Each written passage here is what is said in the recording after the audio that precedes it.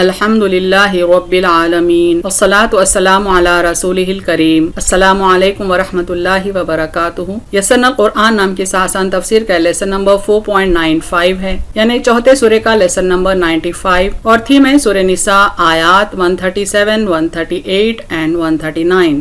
اعوذ باللہ من الشیطان الرجیم، بسم اللہ الرحمن الرحیم۔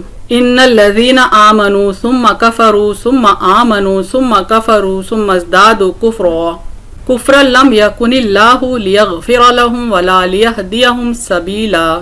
ورڈ بائی ورڈ ٹرانسلیشن دیکھیں۔ انا معنی ہے بے شک، انڈیڈ، الذین جو لوگ، دوز ہو، آمنو روٹ ورڈ ہے الف میم نون سے، معنی ایمان لائے، بلیوڈ، ثم پھر، دین، کفرو کاف فا را سے ہے روٹ ورڈ، معنی کفر کیا، ڈس بلیوڈ، ثم پھر، دین، آمنو ایمان لائے، بلیوڈ، ثم پھر، دین، کفرو کفر کیا، مرتد ہو گئے، ڈس بلیوڈ، ثم پھر، دین، ازدادو زا یا دال سے روٹ ورڈ ہے، معنی بڑھتے چلے گئے، انکریزڈ، کفرا کفر میں، ان ڈس بلیف، لم معنی نہیں، ناٹ، یکن کے معنی ہے، از یا ول، اللہ الف لام ہا سے روٹ ورڈ ہے، معنی اللہ اللہ، لیغفر غین فا را سے روٹ ورڈ ہے، معنی کہ بخش دے، فورگیو لہم انہیں، ٹو دیم، ولا اور نہ ہی، اینڈ ناٹ، لیہدیہم ہا دال یا سے روٹ ورڈ ہے، معنی ہدایت دے گا انہیں، ول گائیڈ دیم، سبیلا سین با لام سے، معنی راہ یا راستہ یا راہ راست، right path. Phrase by phrase translation دیکھیں اردو میں۔ ان الذین آمنو بے شک جو ایمان لائے، ثم کفروا پھر کفر کیے، ثم آمنو پھر ایمان لائے، ثم کفروا پھر کفر کیے، ثم ازدادوا کفرا پھر کفر میں ہی بڑھتے چلے گئے، لم یکن اللہ اللہ ایسا نہیں، لیغفر لہم کہ ان کی مغفرت کر دے، ولا لیہدیہم سبیلا اور نہ انہیں راہ راست دکھا دے۔ کمپلیٹ ٹرانسلیشن دیکھیں۔ بے شک جو ایمان لائے پھر کفر کیے، پھر ایمان لائے پھر کفر کیے، پھر کفر میں ہی بڑھتے چلے گئے تو اللہ ایسا نہیں کہ ان کی مغفرت کر دے اور انہیں راہ راست دکھا دے۔ Phrase by phrase translation English میں دیکھیں۔ ان الذین آمنوا indeed those who believed، ثم کفروا then disbelieved، ثم آمنوا then believed، ثم کفروا then disbelieved، ثم ازدادوا کفرا then increased in disbelief، لم یکن اللہ اللہ will neither لیغفر لہم forgive them، ولا لیہدیہم سبیلا nor will they be guided to the right path۔ complete translation دیکھیں۔ indeed those who believed then disbelieved then believed then disbelieved then increased in disbelief، Allah will neither forgive them nor will they be guided to the right path۔ آیت 138 دیکھیں سورہ نساء کی۔ بسم اللہ الرحمن الرحیم، بشر المنافقین بأن لهم عذابا علیما۔ ورڈ بائی ورڈ ٹرانسلیشن دیکھیں۔ بشر با شین را سے روٹ ورڈ ہے، معنی بشارت دو، گیو ٹائڈنگس، المنافقین نون فا قاف سے ہے، معنی منافق، منافق کی جمع منافقین ہے، ٹو دا ہائپوکرائٹس، بأن کہ، دیٹ، لہم ان کے لیے، فار دیم، عذابن عین ذال با سے، معنی عذاب، پنشمنٹ، علیما الف لام میم سے، معنی دردناک، painful. Phrase by phrase translation Urdu میں دیکھیں۔ بشر المنافقین اور بشارت دو منافقوں کو، بأن لہم کہ بے شک ان کے لیے، عذابن علیما دردناک عذاب ہے، اور بشارت دو منافقوں کو کہ بے شک ان کے لیے دردناک عذاب ہے۔ Phrase by phrase translation English میں دیکھیں۔ بشر المنافقین give tidings to the hypocrites بأن لہم that indeed for them عذابن علیما is the painful punishment۔ complete translation دیکھیں۔ give tidings to the hypocrites that indeed for them is the painful punishment۔ سورہ نساء کی آیت 139 دیکھیں۔ بسم اللہ الرحمن الرحیم، الذین یتخذون الکافرین اولیاء من دون المؤمنین ایبتغون عندهم العزت فإن العزت للہ جمیعا۔ ورڈ بائی ورڈ ٹرانسلیشن دیکھیں۔ الذین جو لوگ، دوز ہو، یتخذون الف خاص ذال سے روٹ ورڈ ہے، معنی ہیں بنا لیتے ہیں، ٹیک، الکافرین کاف فا را سے ہے، معنی کافر، کافر کی جمع کافرین ہے، کفار بھی ہے، ڈس بلیورز، اولیاء واو لام یا سے ہے، معنی دوست، ولی کی جمع اولیاء ہے،